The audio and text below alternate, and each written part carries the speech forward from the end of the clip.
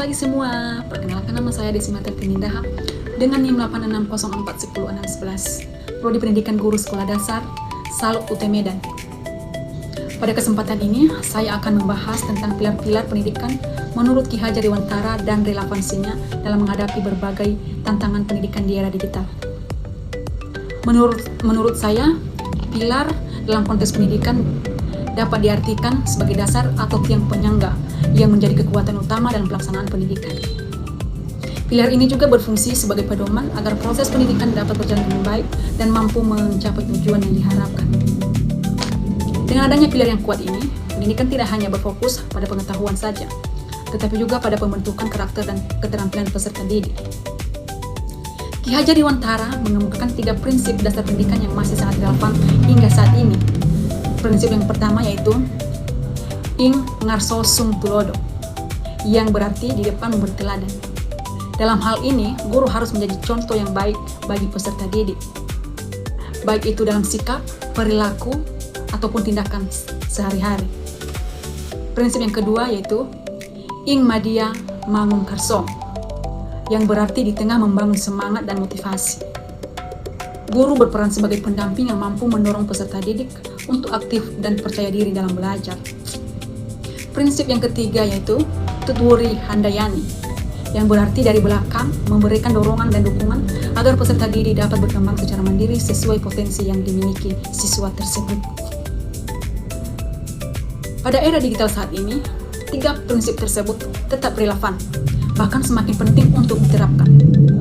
Dalam pembelajaran daring, misalnya, guru tidak hanya bertugas menyampaikan materi saja, akan tetapi juga menjadi teladan dan dalam menggunakan teknologi secara bijak. Guru juga harus menunjukkan bagaimana memanfaatkan internet untuk belajar dan mencari informasi yang benar. Hal ini merupakan penerapan dari prinsip Ing ngarso sung tulodo. Prinsip Ing madia mangun karso juga sangat diperlukan karena banyak peserta didik mengalami penurunan motivasi belajar akibat pembelajaran yang terlalu bergantung pada teknologi. Dalam hal ini, guru juga harus menciptakan pembelajaran yang interaktif dan menarik, misalnya melalui diskusi online, video pembelajaran, atau kuis digital sehingga siswa tetap semangat mengikuti proses belajar. Dan juga prinsip Tutwuri Handayani ini dapat diterapkan dengan memberikan kesempatan kepada peserta didik untuk belajar secara mandiri melalui berbagai sumber digital. Di sini juga guru berperan sebagai pembimbing yang mengarahkan dan mendukung siswa ketika mengalami kesulitan dalam belajar. Namun, penerapan prinsip-prinsip tersebut juga menghadapi berbagai tantangan. Salah satunya yaitu rendahnya literasi digital pada sebagian peserta didik. Banyak siswa yang masih sulit membedakan informasi yang benar dan juga informasi yang palsu. Selain itu juga, penggunaan media sosial ini yang berlebihan dapat mempengaruhi karakter peserta didik, seperti penurunan kedisiplinan, tanggung jawab, dan kemampuan berinteraksi secara langsung. Oleh karena itu, guru harus mampu menjadi pendidik sekaligus pembimbing dalam penggunaan teknologi.